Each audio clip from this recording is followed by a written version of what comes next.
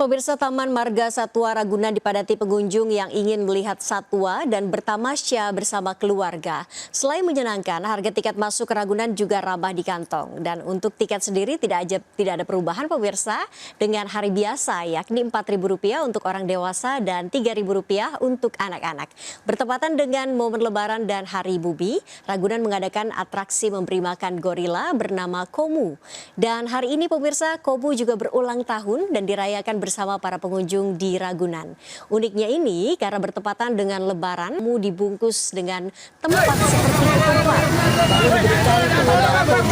Tercatat ada sekitar 12.000 pengunjung yang datang ke Taman Marga Satwa Ragunan.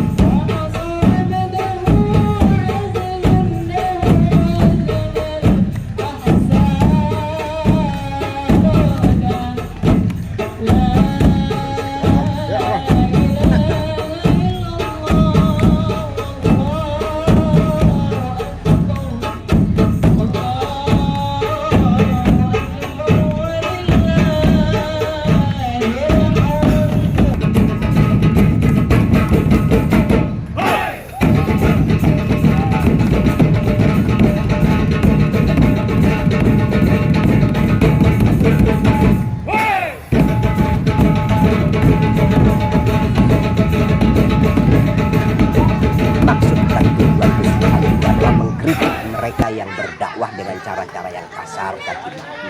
Apalagi secara faktual dakwah seperti itu tidak akan pernah menyentuh hati orang.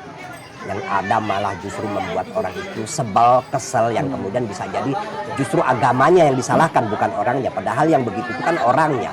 Yang kasar, yang jahat, provokatif, mengadu domba itu orangnya, bukan agamanya. Maka sebetulnya Islam itu dirusak bukan oleh orang-orang anti-Islam, tapi oleh mereka yang mengaku pembela Islam, tapi membelanya dengan cara ugal-ugalan. Bagi saya kembali kepada ajaran Islam yang baik dan benar. Islam itu menghargai manusia hanya karena ilmu dan akhlak.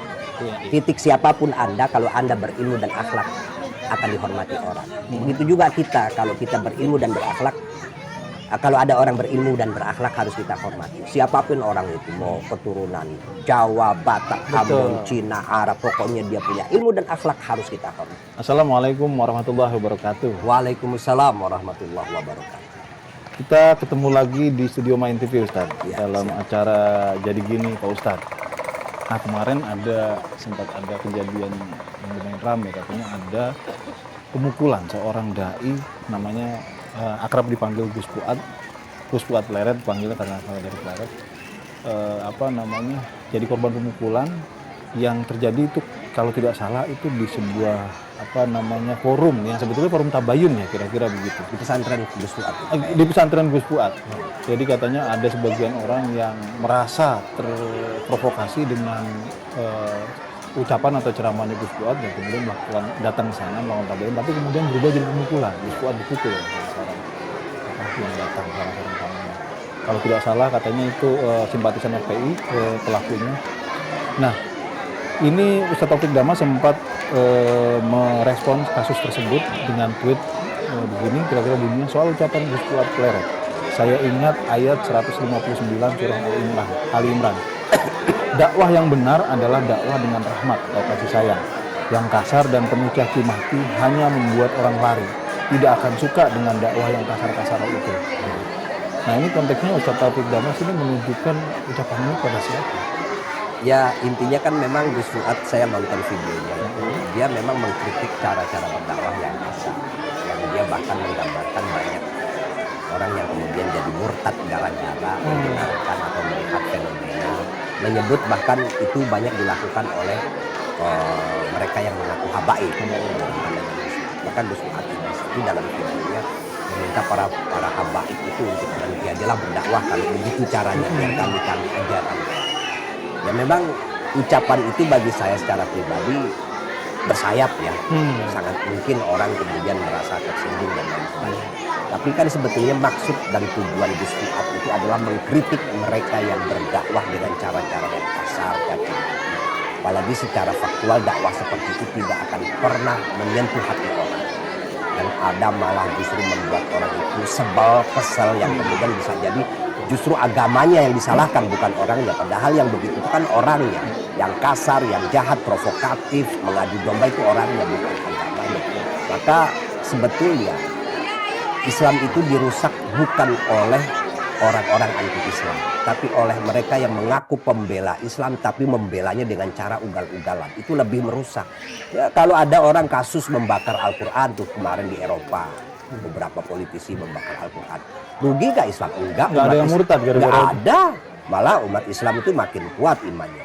Tapi kalau melihat ada orang mengatasnamakan Islam, kemudian berceramah, pidato, disebut ustadz, disebut dai, disebut habib, tapi caranya kasar, caci maki, tidak mencerminkan akhlak karimah, justru yang begitu itu fakta itu sering membuat orang kecewa. Kok begini ya? Ilfil. Ilfil, jadi ilfil. Ini orang lihatnya ini yang wah level berilmu aja kayak begini. Lah, iya. Apalagi umatnya kayak gimana? Nanti kan Apalagi. kesannya begitu ya. Ustaz? Betul. Nah, tapi Ustadz ini bilang soal tentu saja Ustadz menunjuk tentang kasus pemukulan sampai menyayangkan pasti ya, Iya. pemukulan yang terjadi yang kemudian korbannya Gus Fuad. Nah, tapi begini, katakanlah ucapan Gus Fuad itu memprovokasi orang.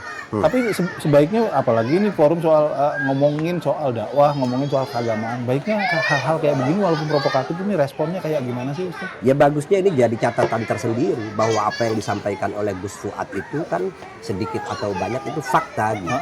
Dan itu menyebabkan keresahan.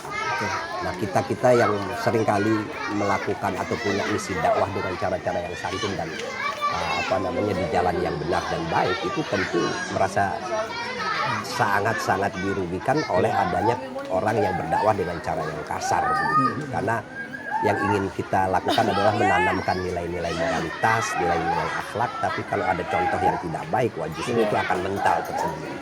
Maka saya mengingatkan kan dalam tweet itu tentang surah Al-Qiyamah. Nabi Muhammad itu diingatkan oleh Allah, fabima rahmatin minallahi lintalah, sebab rahmat dari Allah engkau bersikap lemah lembut pada masyarakat. Walau kunta fazzan ghalizal qalbi, seandainya engkau kasar, keras hati, lam faddu min haulik, orang-orang itu tidak akan pernah mau mendengarkan. Mereka pasti pergi meninggalkan. Maka harus lemah lembut. Kalaupun ada yang kasar, bahkan siap memaafkan. Bukan cuma siap memaafkan, tapi juga memohonkan ampun buat orang-orang yang berdosa. Ini ayat luar biasa tentang bagaimana seharusnya kita mencontoh Nabi dalam berdakwah. Bukan dengan cara-cara yang kasar. Maka saya ingatkan, tidak ada ceritanya orang itu tertarik pada satu ajaran gara-gara penyampainya dengan cara-cara yang kasar. Ajaran apapun itu. Sambil ngancem-ngancem gitu. Sambil ngancem-ngancem itu. Kamu kalau nggak ikut saya awas ya. Waduh, nggak ada yang mau yang begitu-begitu.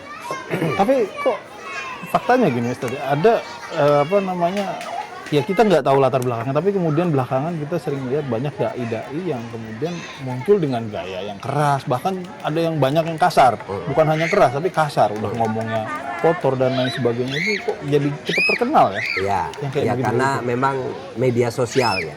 Sebetulnya jumlah mereka nggak banyak ya, cuma beberapa orang. Cuman memang karena biasanya ada embel-embel lain selain itu, ya.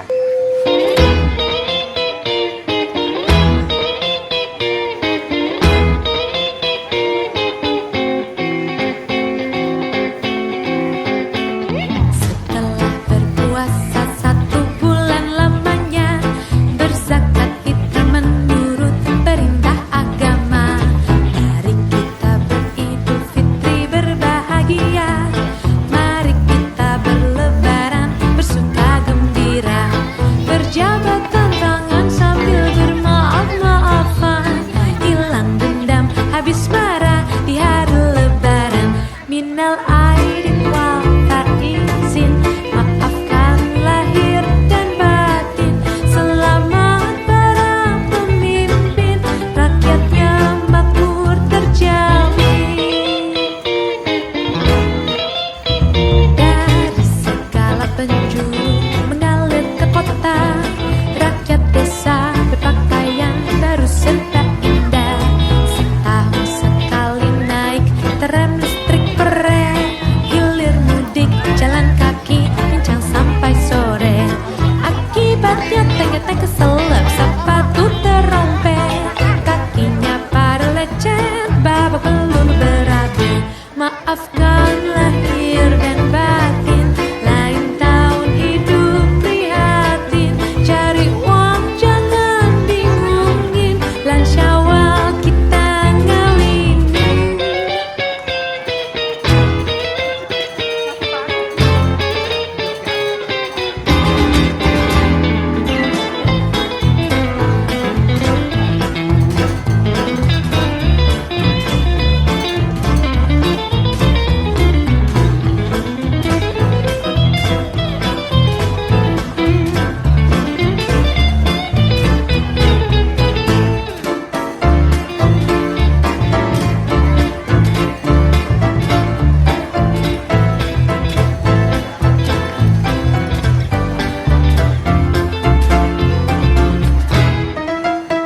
Cara orang kota berlebaran lain lagi. Kesempatan ini dipakai buat berjudi. Sehari semalam main ceki mabuk brandy, pulang sempoyongan kalah main pukul istri. Akibatnya sang ketupat melayang ke mata si penjudi, matang biru dirangsang si istri. Maafkan lahir dan batin, lain tahun hidup prihatin. Kondangan boleh kurangin, korupsi jangan kerjain.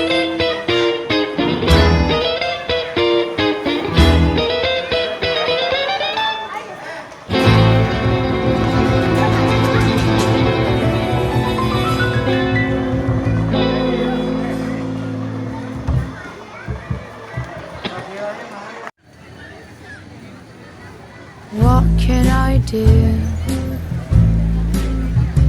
Darling, what can I do? I see the tear. Oh dear, I know you are living, and I know that your love is ran to the maze, paralyzed, took my wine, waking out.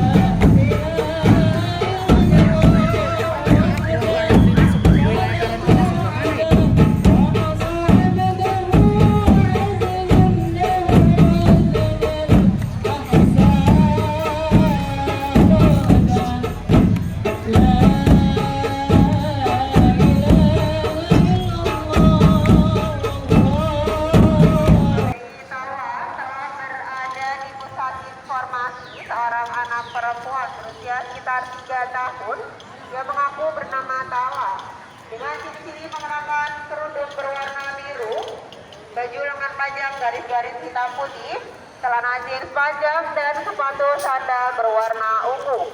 Kepada orang tua dari Tala diharap untuk segera menjemput Tala di pusat informasi.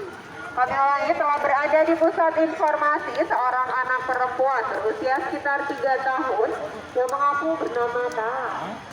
Dengan ciri-ciri mengenakan jilbab pada kerudung berwarna biru, baju lengan panjang garis-garis berwarna hitam putih, celana jeans panjang, dan sepatu sandal berwarna ungu. Kepada orang tua dari Tala diharap untuk segera menjemput Tala di pusat informasi.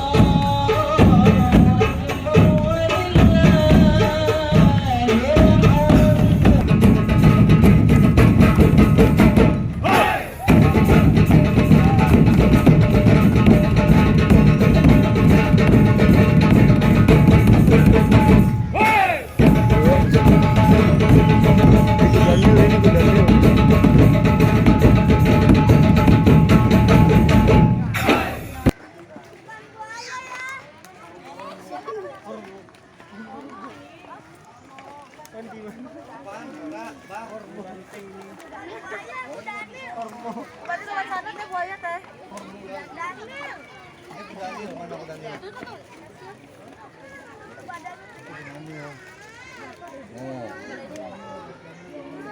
Apa sih mau apa? Mau apa? Udah. Sana yuk, sana yuk. Yuk. Sana aja yuk, sana yuk. Buaya mana ya? Buaya lewat sini deh, lewat sini buaya deh, lewat sini. Lewat sini aja buaya.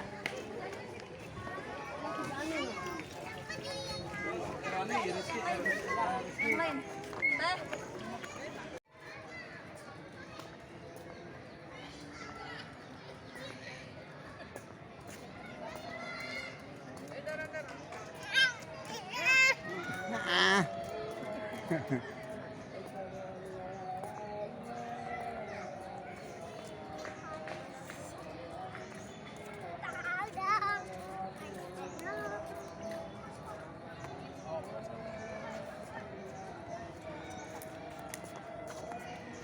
Suara apa itu, Dek?